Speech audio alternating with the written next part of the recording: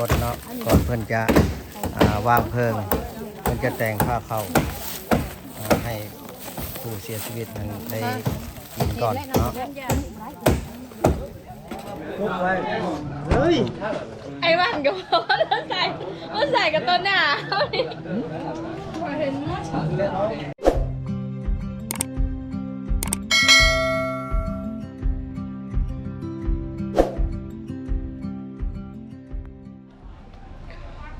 สบายดีท่านผู้ชม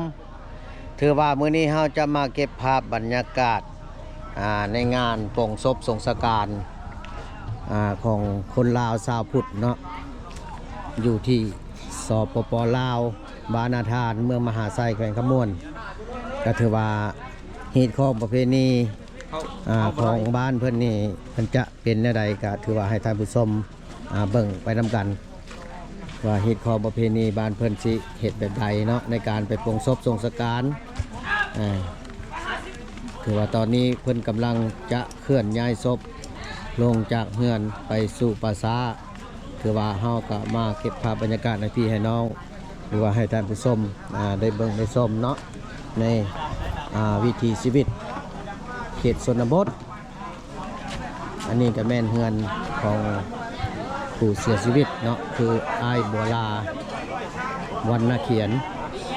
ซึ่งเพิ่นได้เสียชีวิตในเมื่อวันที่19เดือน11ปี2025คือว่าโปร่งศพในวันที่20เดือน11ปี2025เนาะภายในมื้อนี้ว่าซั่นซะไปถือว่าอันนี้ก็เพิ่นกำลังจะเอาศพเคลื่อนย้ายออกไปใส่รถอยู่พุ่นละอยู่ทาง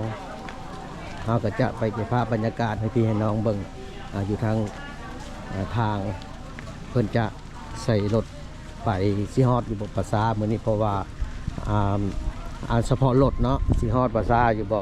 เพราะว่าย่านเป็นขี้ตมนำทางเพราะว่าฝนก็หาก็อย่าตกยันเป็นตมลายก็เลยเพิ่นก็มีรถไถแน่รถไถไปเคียงคู่เนาะเพื่อว่าถ้ารถหุ่นใดไปบ่ฮอดก็แม่นต้องได้ใส่รถไถ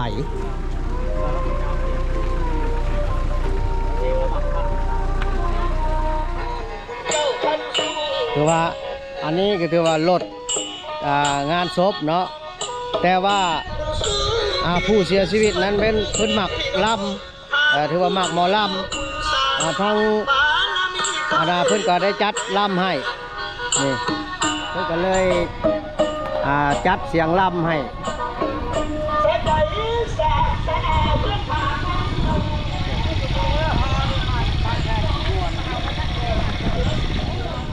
หรือว่ามาจอบเก็บ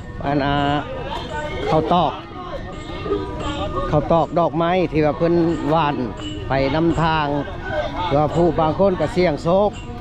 มาเสี่ยงโชคแน่เสี่ยงโชคมาสิเสี่ยงโชคนี่นี่เอามาเราเห็นรถนี่09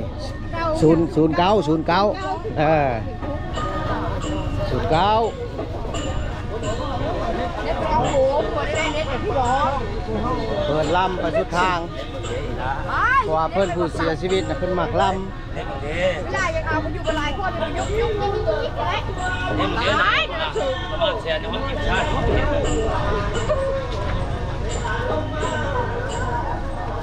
นเยอะแล้ว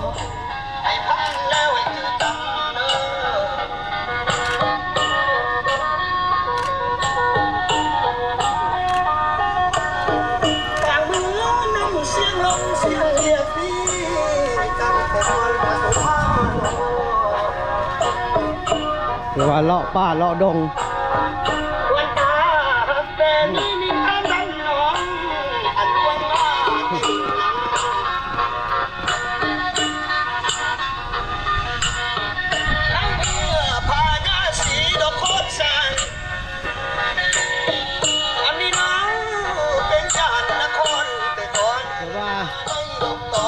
เส้นทาง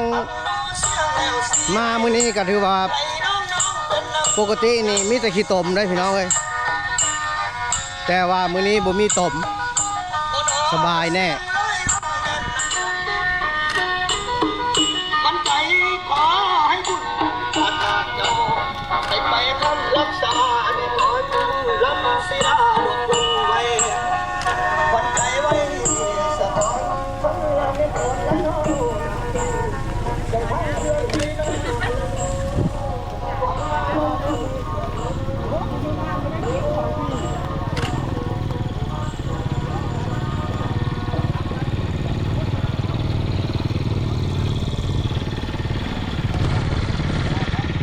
ถือว่าชาวบ้านก็ถือว่าลวงลายเนาะที่มาปลงศพทรงสการ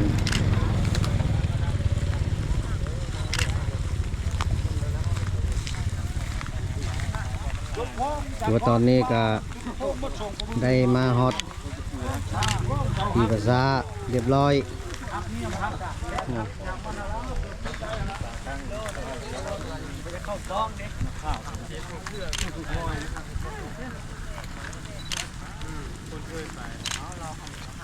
ก็เนาะแล้วก็ตามไปด้วยไอ้จั่วแม่ขาวพวดไม้เนาะ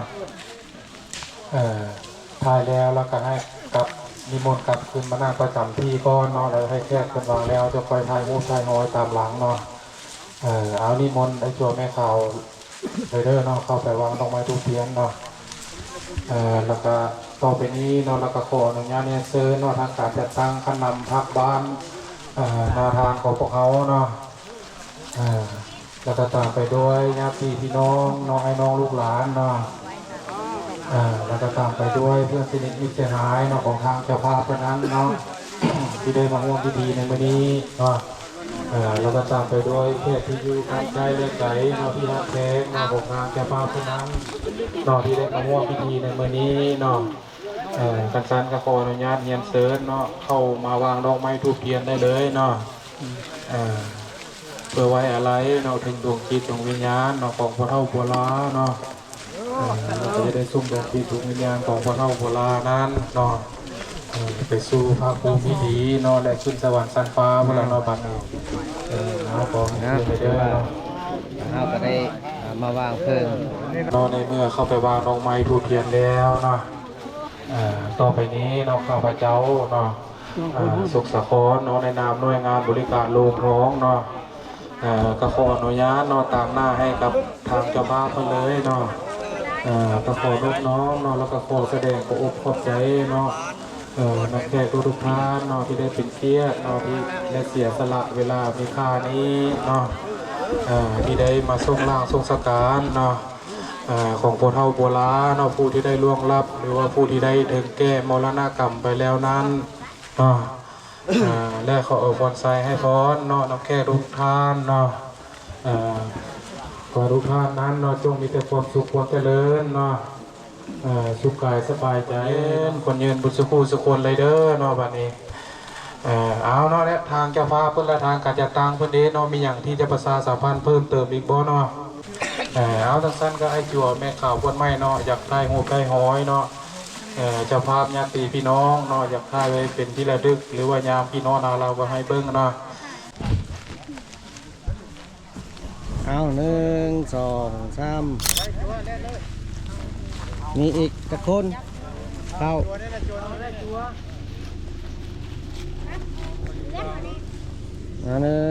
2 3พอบ่มีถ่ายพิเศษอีกบ่1 2 3โอเค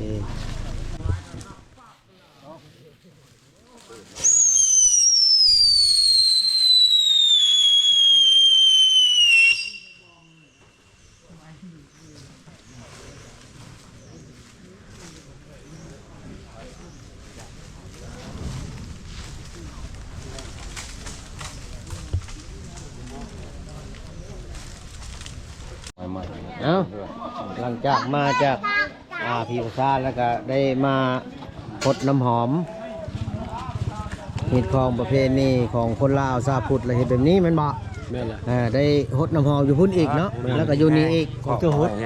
สองเทื่อแล้วก็ต่อไปก็แม่นหยังผู้แขน อันนี้ก็แม่นพิธีผูกแขนข้าวแก่เพิ่นผูกแขนให้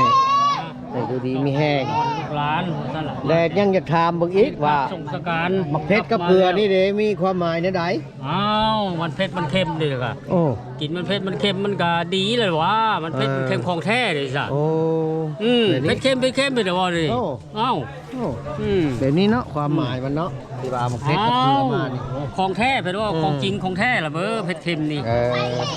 เป็นจะว่าผูกเป็นเชี่ยวเป็นเฮยก็ฮะมัน ให้ เผ็ด เอา มัน นี่ ยำกันนี่นะเผ็ดนี่นะให้มันเค็มนี่นะให้มันหักมันแพงกันก็บอกแล้วไว้ป้าให้ทิ้งกัน เอาเพชรเอาเค็มไม่ใช่เนาะ เอามันให้มันเผ็ดคือหมกเผ็ดนี่แหละมันเค็มคือเกลือนี่แหละนั่นแหละ เอ้า ให้กว่านี้ให้กว่านี้ดีกว่ามาลูกหลานไปเมียนข้าวสงการกลับมาแล้วก็มีไผ่สแกนนี่แหละเพลงเข้าเพลงควันให้อยู่ดีมีแห้ง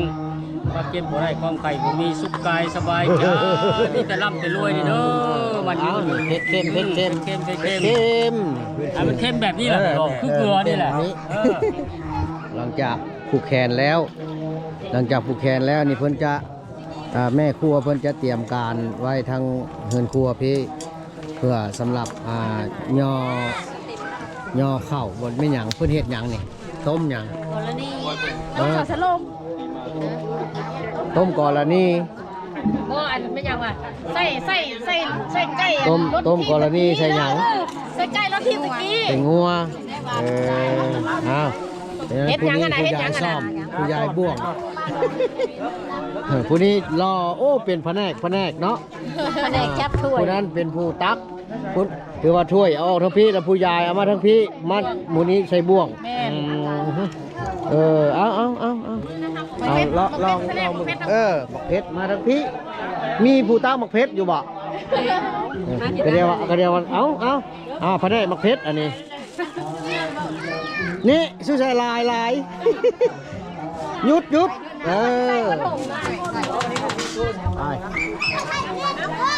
อันนี้ไอ้หนุ่มกอกยาใหญ่กำลังหับประทานแซบเบาะ แซ่บ 13ลบออก3เป็นเท่าไหร่โอ้โหได้13ลบ3อันนี้แผนกอันน่ะแผนกแจ๊ะมือนี่